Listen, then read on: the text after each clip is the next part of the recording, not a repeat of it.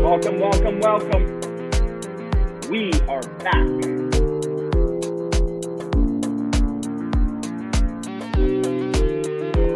All right. We are back 30 days with Lisa. If you're here, yo, give us a sign. Let us know you're in the house, okay? Before we get popping. It's only 30 days. That's all we got. All right. Is my voice coming through loud and clear? I think it is. Let me get some comments here, make sure we're good. Let me grab a cash flow tribe page. All right, so we're doing 30 days to a deal with Lisa. We're on day 12 today, and we don't have that much time. We're going to continue the offer making from yesterday. We put in some work. So today, we're going to be getting after it. So hope you guys are ready to kind of dig in, dig deep, make it happen. Oh, we got a little bit of technicals behind the scenes. Device not connected. Okay, cool. All right, let me know who's in the house. Let me know where you're repping. Where are you calling in from today? We got some people here in the comments. All right, welcome. Welcome. Let me see those comments coming through. All right. So I'm going to bring on our boy here. I'm going to bring on our lady. And here we go. Okay, we got some people in the house here. So good afternoon from Lakeland, Florida. All right, cool. Appreciate that. Welcome to the show. Welcome, welcome. All right, so 30 days to a deal. You guys know the drill by now. Lisa is here. We got our good friend Drew is here. We're going to bring them both out in just a second. If you're coming on for the first time, give us a quick share. All right, give us a quick share and go ahead and share the stream out. We're basically helping Lisa get a deal live on air. Boom, there we go. Share the stream out right now. A couple of quick shout outs. Some of my friends are in the house. We got John Lamack from Windsor. What's up, buddy? Hey, we got Jamie's in the house. What's up, Jamie? Good to see you, my friend. We got Daniel LeBlanc. He's in the house. All a bunch of studs over here. Speaking of studs, we got Rob Goulet's in the house. We got Sharon's in the house. Dina says, oh, my God, it's supposed to be at 2:30. I know, Dina. I know. We're just making it work with the time that we got. We're going to go back to a regular scheduled time here, I believe tomorrow, but we had to pivot some stuff. This is how life goes. We have to pivot. We're doing deals. We're being active. We're being flexible. So appreciate you guys checking in. Jamie, good to see you too. All right, here we go. Without further ado, let's bring on. Here's our friend Drew. Drew, say what's up. What's up? What's up? Let's grab our friend Lisa. Lisa, are you here? She came on and then she took off. All right, Drew, why don't you give us a quick update here on what happened yesterday so everybody can tag it. And then as soon as Lisa's on the stream, guys, by the way, I'm pretty sure that she's driving. We'll get her on the call right away. Okay. So after we were done the call, I stayed on with her for another hour or two, actually, just to go through the two that she potentially had on the table. And what I really wanted to dig into is where she got the numbers from. So you probably, if you just watched or watched the replay of yesterday, that was one of my things, is where do we get the after repair values from? One of the big mistakes I can see a lot of beginner and even intermediate investors do is they get caught up in the negotiation with what somebody else wants, as opposed to figuring out if this deal is even still going to make sense for you. That's a great tip. That is a great tip. Speaking of, hold on one second. We got Lisa. Lisa, you ready? Okay, Lisa's in the house. Okay, we're letting Drew kind of have the floor, but just welcome real quick. Lisa, we're going to get a whole bunch of messages like don't talk when you drive. So keep your eyes on the road, because we're going to get a whole bunch of hate over that. I can tell you right now. You guys are hands free, and I'm not even going to look directly at you. Okay, cool. So for all of you guys at home who are afraid, Lisa's acting very responsibly. So just, Lisa, I'm going to keep you muted. We got some background noise here. So I'm going to give Drew the floor for a few minutes, and I'll bring you back on. All right, or pull over. That would be good too. Yeah, that was going to be my suggestion too. Or just pull over. Pull over. If you have a chance, that might be the better play, because Drew does not want to have a live accident on the air. It's not good for social credibility. No. We're going to end up on the 6 o'clock news. Okay, Drew, go ahead, man. Lisa, if you can pull over, let's do that. If not, eyes on the road. Okay, good stuff. So yeah, as I mentioned, it's one of the things where we get so excited in the deal offer making process or negotiating that we're more interested in what the seller is saying and then trying to negotiate. So we tried to talk a bit backwards, and I did walk Lisa through the two that were on the table as to what it is that the seller wants. And is a little mantra I have, whereas I can be empathetic to anyone's situation. However, I don't care what they want for the house. Mm. Okay, I really Rude. don't. Okay, because Okay. realistically, at the end of the day, you need to do this as a business. You need to do this as an investment. So there's much easier for you to say that my numbers don't align with your numbers. Thank you very much for the opportunity. And if there's an opportunity for us to put something together in the future, great. But if not, that's fine. At least you still have your money intact, and you weren't yelled at by a seller. Okay. So the first one we were looking at that we've been going through that a lot of work had been happening on, which was that property I think you guys were talking about in Lake Bonavista. The after repair values that we were able to look back on that property, it's not going on to a green space. It's just backing onto another house. There was stuff that it sold as high as 890,000 in there, but again, it was backing onto a green space. The question becomes now, what is the maximum that somebody would pay for something that didn't have a fantastic view behind it? And we realized that the highest we'd seen in the last few months was actually 700,000. So we're now all of a sudden we're in the midst of negotiating a 600,000 plus purchase price. We realize that this deal only makes sense at $100,000 less than that.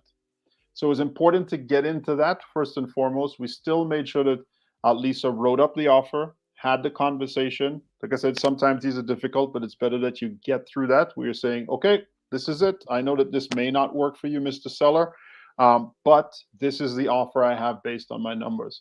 And because you've done your homework now, you can feel confident knowing that whatever they tell you, right? You've made Lake Bonavista is a great area. But yeah, from what we were seeing based on this property here, it was going to be closer to the $700,000 range as opposed to an $800,000 after repair value for it, which is still great for Calgary. So, but just again, if I'm negotiating at 600 and change and I'm trying to sell it 700 and change, and my full renovation budget is probably going to be 140,000, then there's no money in that for you. Okay. All right. So keep going. Okay, so that was the first one. The other one was another one that came from wholesalers, our good friends over at Cash In Homes. Other thing to be aware of is, and I love my boys to death. I'm probably going to go see them later today. Again, it's very important with regards to your numbers. So the after repairs that were estimates that were there, we just needed to verify. And I think I pulled over. I think she's pulled over in hands free. Okay, go ahead and unmute yourself if you're pulled over. All right, there we go. We're good. Good stuff. All right, so I'll be quick. Yeah, so just pulled over fully at a stop. Good. Awesome. So yes, we ran the numbers on that one as well. It was probably about, correct me if I'm wrong, about $40,000 or $50,000 off of what Cash In was looking for purchase price. Is that right, Lisa? Something like that. It was about 80,000 off. Really? Yeah. No, we were at 423. I think they were at 480 or 490 was their asking. For that one, 497. Okay, so 497, 425. So about $75,000 off. Yeah, 75. Okay, so the important thing here is to still go through the process. And I'll tell everybody who's on this call, the easiest person to give a lowball offer to is a wholesaler. Okay, they literally just have it on paper. You just tell them, these are my numbers. I'm prepared to buy. You can make whatever you need to make as long as you get me the house at this price. Hold on. I just want to know real quick. Why did we get a bunch of thumbs up on that? Everybody was like, Drew's bringing the knowledge. That was the mind-blowing piece for me yesterday. And Drew said it in there, and I posted it in the Facebook group as well, just to remind everyone. That was a nugget from yesterday that made me really think about not going over when because of what they want, and the numbers have to work. So I did run through those numbers again. I did have a follow-up conversation with Brennan this morning, and he wanted to talk through the numbers. I went through my, I have it on the seat here. I went through my more detailed analysis of what I think the cost would be. And I did, he had an open house, or not open house, but a walkthrough yesterday. And so I went down to that, and since the other properties were in the same area, I took a drive by all of them. And that was one of those that I was like, oh, yeah, okay, I see that I definitely want to fix this or this. And that's what a buyer would expect.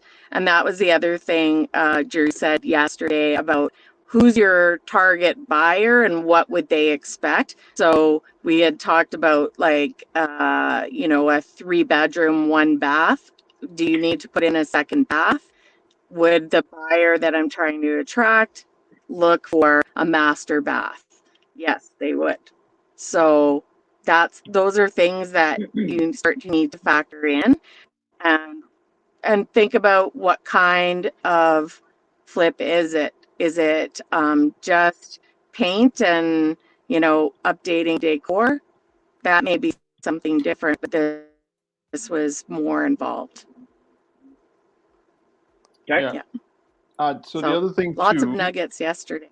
Yeah, the other thing too is even when we went through the spreadsheet, so I have the spreadsheet built. If you take away what financing cost would have been, of course, we're using hard money to do the purchase for a 6 to 8 month period, depending on how long the reno takes and how long it takes to sell, an additional 30 to 45 days for possession. So factor all of these things in, costs are in there.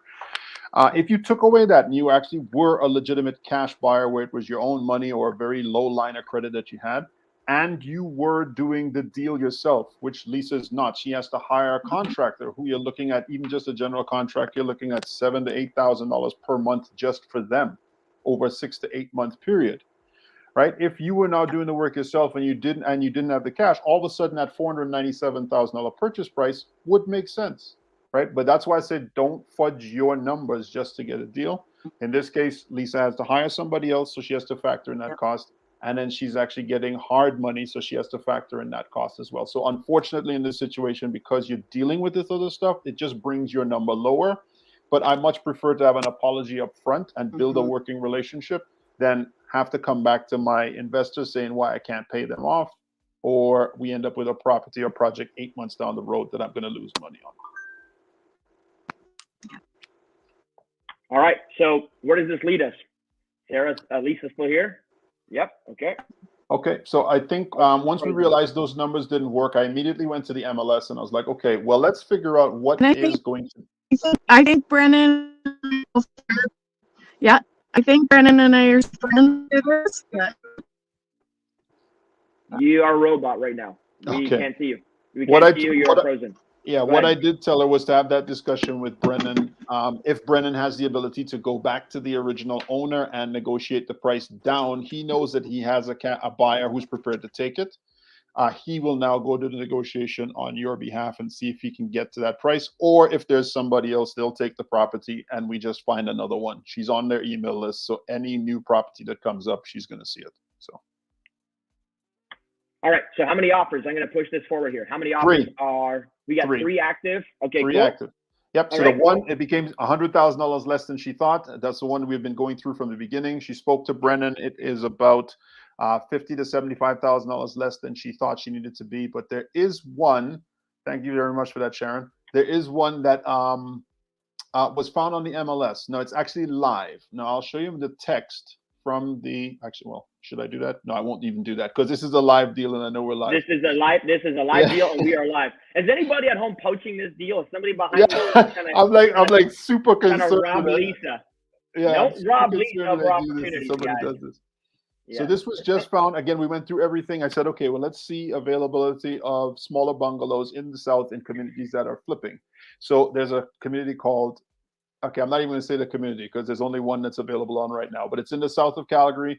It's available. It's an estate sale. Probate had already been completed and no one had taken it and it had been 8 days on the market. We ran the numbers. The after repair is anywhere between $670. There was one that what I call the silly season, which was up until May, June of this year before the interest rate started doing whatever.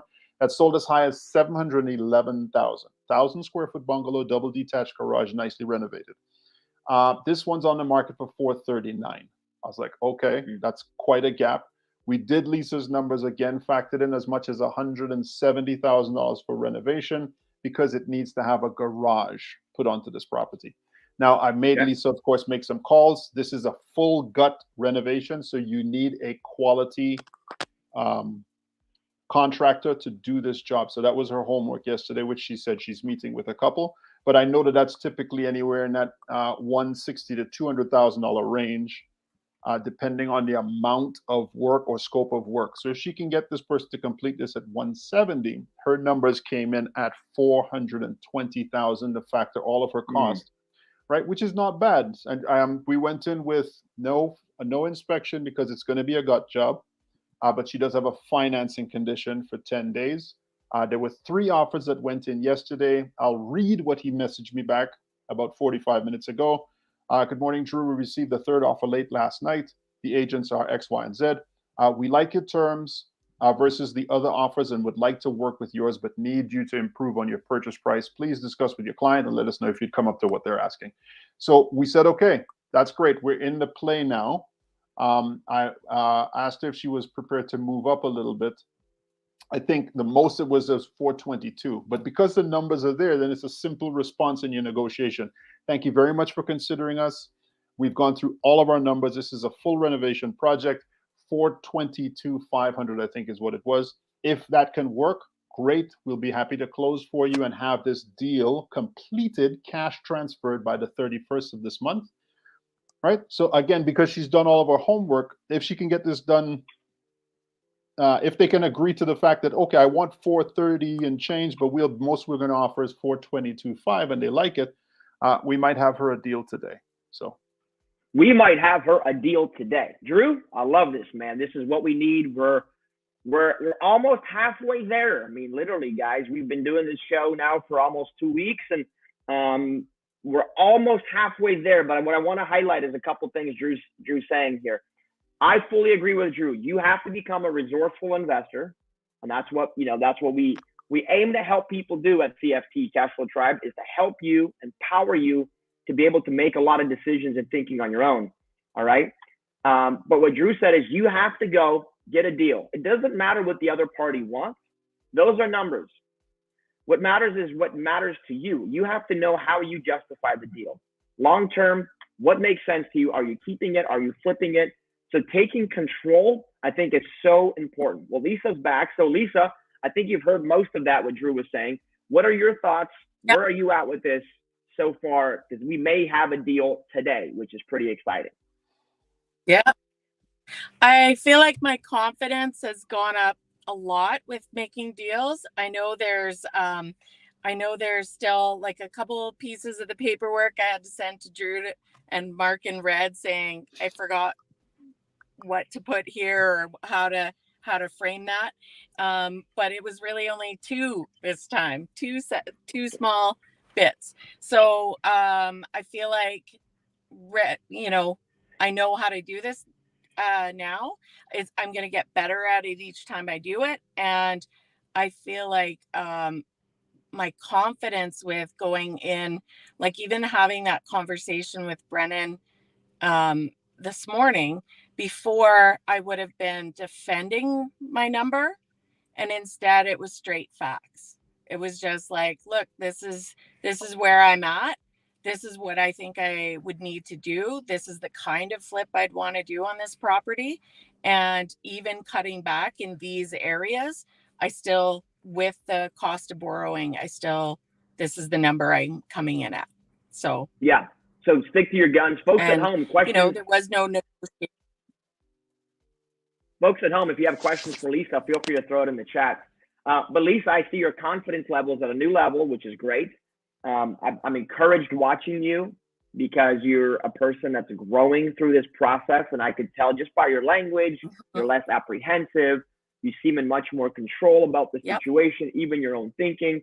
So we've got Drew already going. My tendency is to keep plowing forward. Until we have a deal, we don't have a deal. I need everybody at home to understand this fact about investing. we get excited. We have offers, we have things, we have this stuff, and this isn't a time when a lot of people will let their guard down and start playing smaller and kind of take their foot off the gas, because we have some things in the works. The way you're going to win in this business is when you're close to the close, accelerate through the close and get it done.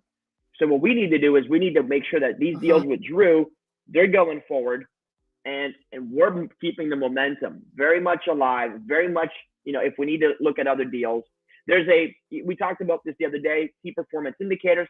How many leads and how many offers must you make to get one deal? There's a number for most of us. So I would ask this question to Drew, and I'll give you guys my answer in today's marketplace. Based on Calgary's current climate, how many offers does somebody need to make to get a reasonable deal? What are you finding in the market? Well, I almost have to look from an analysis perspective, because I'll analyze over 100 properties to try and find one deal. So 100 leads, 100 potential leads. Evaluations. Okay, so 100 leads, go. All right, and how many are you going to offer on? But that's it. Now I'm going to whittle down, and I should be able to, once I secure something that makes sense, I should be able to get 1 in 10. 1 in 10. So we're making 10 offers on 100 leads. Is that correct? Yeah. And then we're closing one of those. You got it. So guys, that is a 1% conversion from lead to close, or a 10% conversion from offer to close. And I think that's a very important point that most people don't know about this business, is you don't just make one offer and evaluate one deal and all of a sudden you've made 30,000 of equity or fee or whatever the case is. You have to be willing to evaluate. You have to be willing to write offers, and it's basically a big old funnel that goes like this. So the input, and then you have the output on the back end. If you start thinking about investing that way, start thinking about this as a real business, then you have to understand there's lead flow to conversion to final conversion. And I just wanted to highlight that point. So Lisa now has, how many offers, Lisa, totally have we put out, or are we putting out right now? 3. So we're 3, at 3. And I looked at, based on the criteria Drew and I were talking about yesterday, I looked at a couple of areas. I have narrowed down some properties that I'm going to want to get some more information on. And I also happened to, so I was driving around the 3 properties. They were all in the same area. So I just drove by each of them, ran into somebody I happened to know, hadn't seen in 10 years. And told them what I was doing, and they happened to tell me their neighbor 2 doors down wants to sell off market. Boom. And it's a great neighborhood, and she's going to get me the contact information. And then she also told me about a property that's right behind her that, and she's in, I think it's Lake Bonavista. And she's said that property, she knows that the owner told their neighbor were going into foreclosure. And she said the lady next to her has lived there for 52 years and her kids are bugging her to move out in closer to them. So those are 3 leads that I'm going to follow up on. And we exchanged numbers. She texted me last night that she already talked to one of them. So, you never know what might happen or where those leads are going to come from. But at my confidence level in talking to her and not shying away, like normally I wouldn't have mentioned that I was even doing anything with real estate if I had seen her, because our connection in common was our old, she used to work with me. So we would have talked work, or people that we know from work. So it totally shifted to real estate. And she said, I thought that was you. And then, it was just went down that path. So and somebody said, make sure you follow up with her today. I talked to her last night and already sent her a message today. Boom. Saying, share my contact information and then go ahead. That is our friend April Simmons giving you all that great advice behind the scenes. So let me highlight one thing. Yeah, and I might even follow up in that neighborhood with a direct mailer or a drop off door knock mailer. Okay, so let's kind of talk next steps here. We're doing the right thing. You're actually touching on a big lesson here, which is a lot of people talk about the 1 or 2 potential leads, and they fail to realize, because I get in these conversations often, and people go, I know a lady that has a house that may be willing to sell. Great. So fine, no problem. That's okay.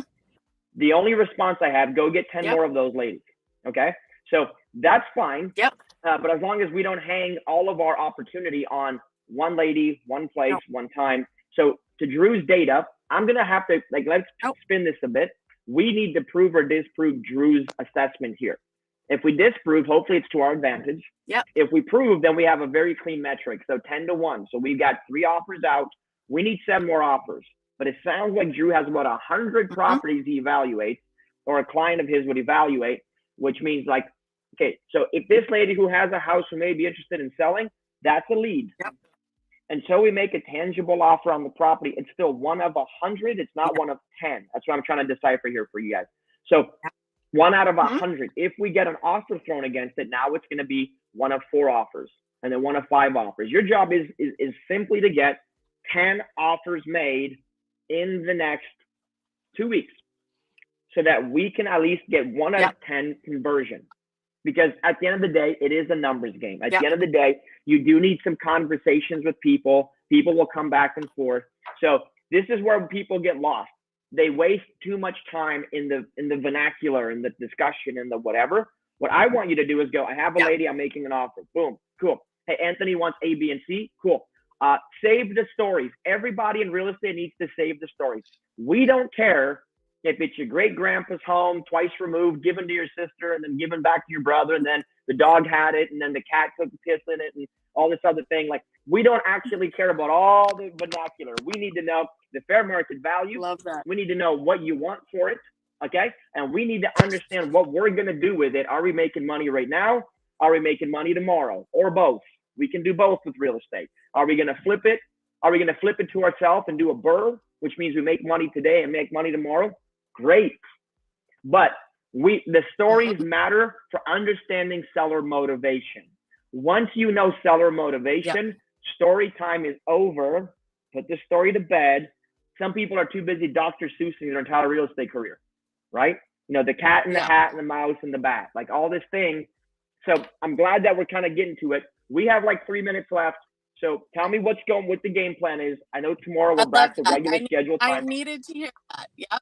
I know you did. We all do. We all do, because we get into the stories and, you know, all this stuff. So cancel the story, put the cat in the hat away. Let's go, you know, like whatever the cat in the hat equivalent that just does numbers all day.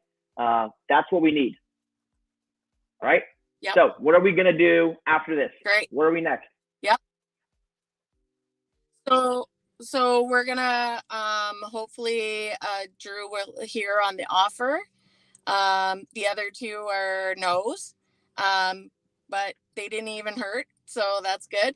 And I have a list of properties that we're gonna that I'm gonna analyze and then ask Drew for some additional information on. I'm going to follow up with those possible leads just to keep them warm.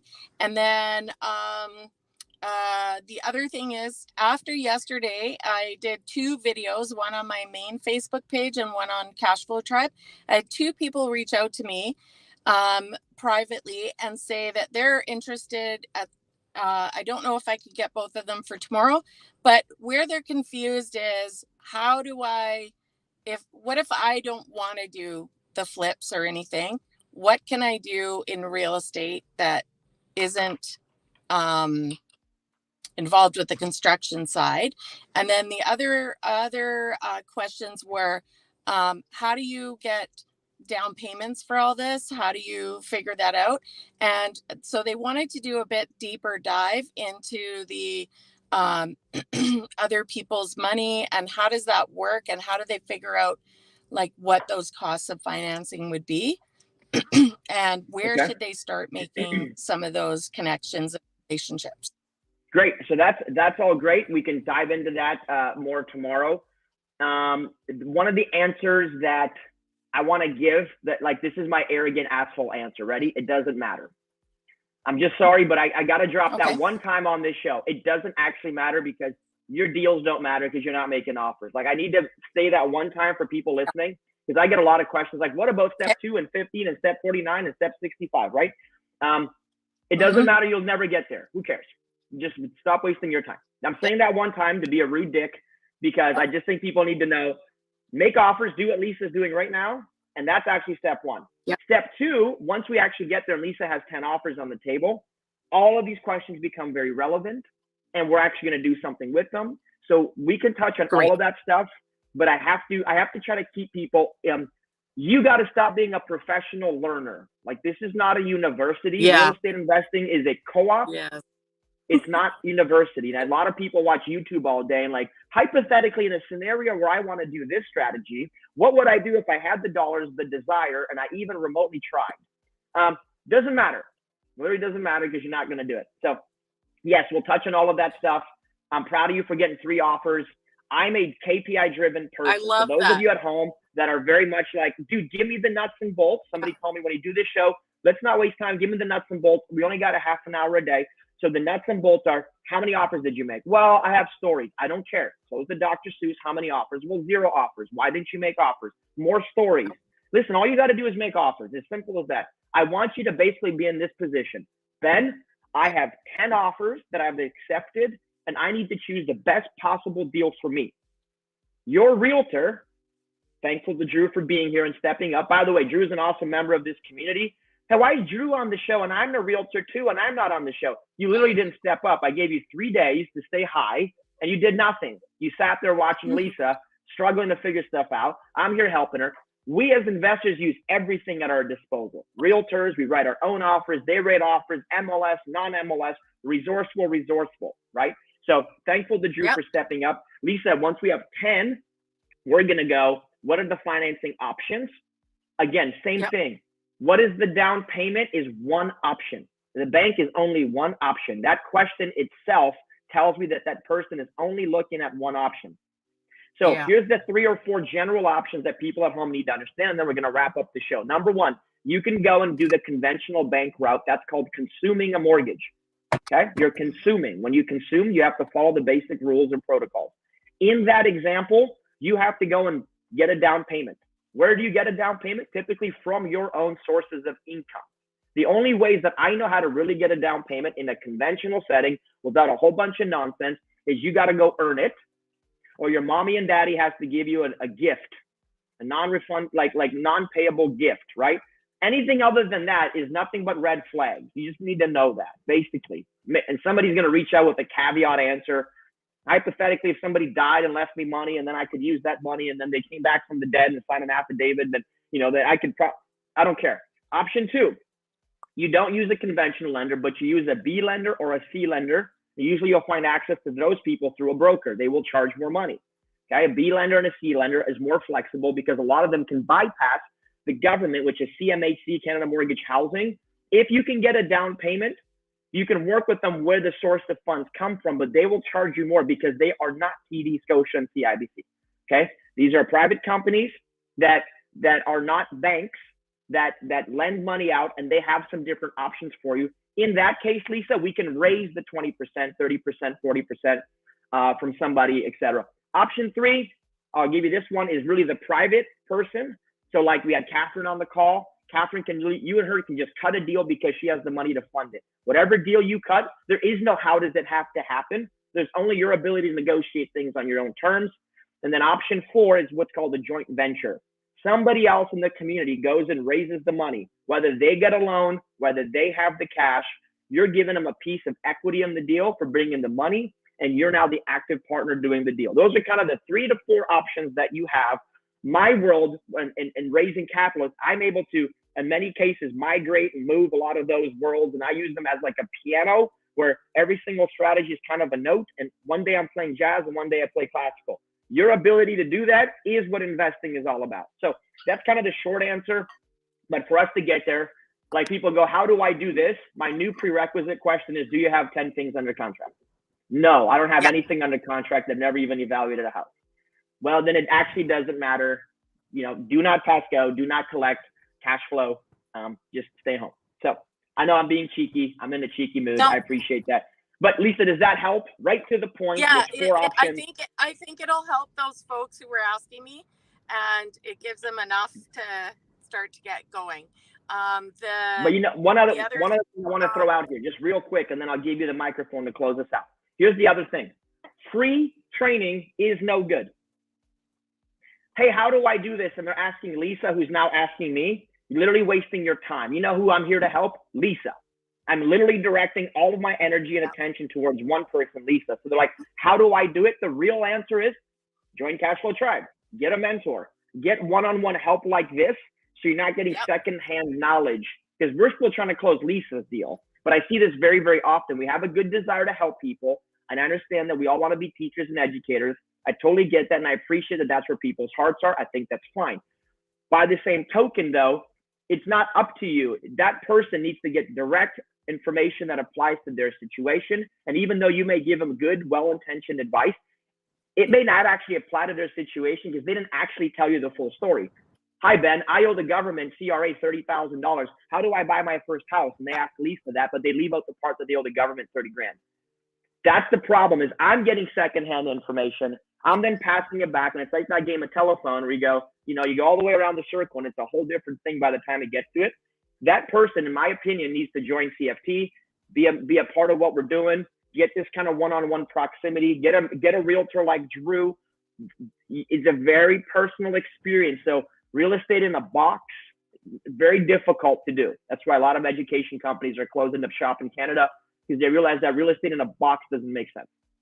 So I would reach out to the Cashflow Tribe team. I would reach out to Robert Goulet. He's actually in the comments here in Cashflow Tribe, and go, hey man, can I get some one-on-one help? And that would be the case. So Lisa, back to you. Close us out here. Any last piece of advice? Good thing you said that, because that's exactly what I told them is join Cashflow Tribe. And I said, it's like paying for education. You wouldn't go to university and expect it to be free, and you won't value it the same way, and you won't put the same amount of work into it. So yeah, I'll give you one caveat to that. I'll give you one quick caveat. Yeah. For me, every kind of education isn't paying for education. It's avoiding mistakes. It's not paying money. It's investing and you mitigating, reducing time. Whatever your time is worth to you, something's got to be worth.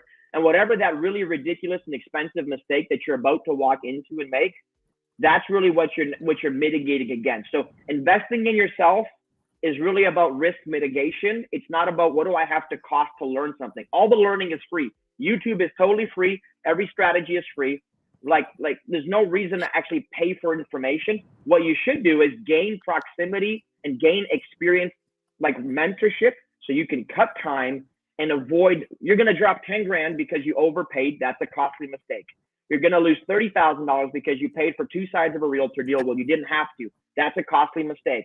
You're going to go ahead and you're going to miss out on 10, 15, 20 opportunities because you don't know how to structure offers in the right way. That's a mistake. So I just want people to understand that remove the mistakes. And the way you do that is to get proximity to people who have either made the mistakes and learned the lessons and have the experience and the insight to build something with more speed. All right. So guys, that is the show. Thank you for being here. Tomorrow we will be back at our scheduled time. Drew, thank you for stepping up and being an awesome part of this community. Cashflow Tribe is about community. That is our core value.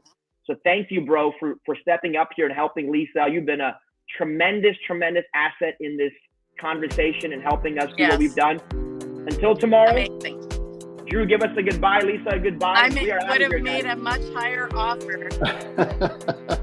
We'll make sure we get you one. I'm with you. Okay, we'll talk tomorrow. I would have made a much higher offer. See you guys. See us tomorrow, 2:30 Eastern Time, Cashflow Tribe. See you guys there at cashflowtribe.com. Share the show out. Be great. Be blessed. And take care.